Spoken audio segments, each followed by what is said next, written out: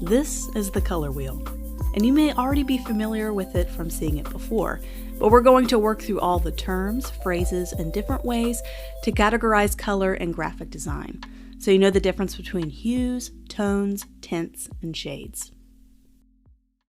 There is a downloadable cheat sheet that lists all of the terms we use in this lesson, so you can study it in more detail later on. First of all, color can either be warm or cool, depending on where it falls on the color wheel, with warmer colors being your orange, yellows, and reds, and cooler colors being your greens, blues, and purples. The three primary colors are red, yellow, and blue, and you can use these three colors to create what are called secondary colors, which are orange, purple, and green. For instance, mixing red and blue together make up purple, and yellow and blue together make green. So the term color. This term is used to describe any color we see, whether it's a hue, shade, tone, or tint. So what is a hue? This is a general color family our color belongs to, and you'll notice the absence of grays, blacks, and whites. This only includes color. Hues come in a few main categories: yellow, orange, red, violet, blue, and green. And if you're looking at a maroon color, for example, you would say it has a red hue. And this color, for instance, has both a yellow and a green hue. You may have heard the term tint, along with the term shade. A tint is the presence of a hue, in this example, a green hue with only white added to it. The more tint or white you add to the hue green, the lighter it becomes. And shade is just the opposite, with the addition of just black to a single hue. In this case, we're increasing the shade of purple to get a richer, darker looking purple color. A large amount of shade or black added to a color can make it look almost black, but can still maintain its base hue, like in this example of this rich black looking color with a little hint of the hue blue. And lastly, not to overwhelm you with new terms, but there's something called a tone as well. A tone is the same thing as a tint or a shade, but it's with any hue and the color gray added to it. As graphic designers, color harmony is what we can really find useful for helping us find color combinations that work well for our designs. Now that we know what tints, shades, and tones and hues are, we can talk a little bit more in detail about how to create different color harmonies. Here are the main color harmonies. First off, there's analogous colors.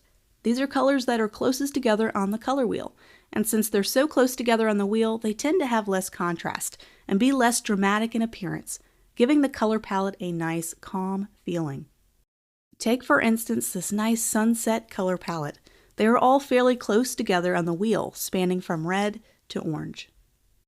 Complementary is the next one, and you may have heard of this one before.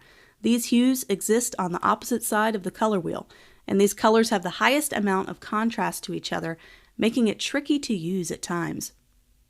The most commonly seen complementary color is green and red, most often associated with Christmas time, and another one is purple and gold, a popular color combo for sports teams, and it demands one's attention. Split complementary, or some use the term compound harmony, is the same as complementary colors, but with one hue splitting into two nearby colors instead. What this does is make one color less dramatic, giving you an easier color palette to work with a little bit less contrast than pure complementary colors. The next color harmony we're going to review is monochromatic. Monochromatic colors are a single hue on the color wheel but contain different shades and tints of that same hue. Tints and shades are the addition of white and black to a hue or base color. In this case, we can see monochromatic color palette for a hue of the color blue. And notice how some of the colors are darker with the addition of black, and others add a wider, lighter color to the blue. Monochromatic colors work really well because of this, and they all contain just one hue or base color, and that means this is a very flexible color harmony, as you don't have to worry about multiple color hues. Next up is the triad harmony. This harmony contains three colors that are evenly spaced around the color wheel. This is the most vibrant, strong color harmony of the bunch, and it can be tough to use if all three colors compete with each other. I find this vibrant color option or color harmony more useful for designs that need a more youthful, energetic option, like a children's event. And not all three colors with this harmony have to be pure hues. You can add a little bit of shade, which is black, or tint, which is white, or tone, which is gray, to one or two of these colors to tone it down, and to make the colors a little less vibrant. The key to this color harmony is to let one or two colors lead the way and make the third color less strong. When choosing colors for a brand, logo, or design, finding out which color harmony works best is a great way to get started.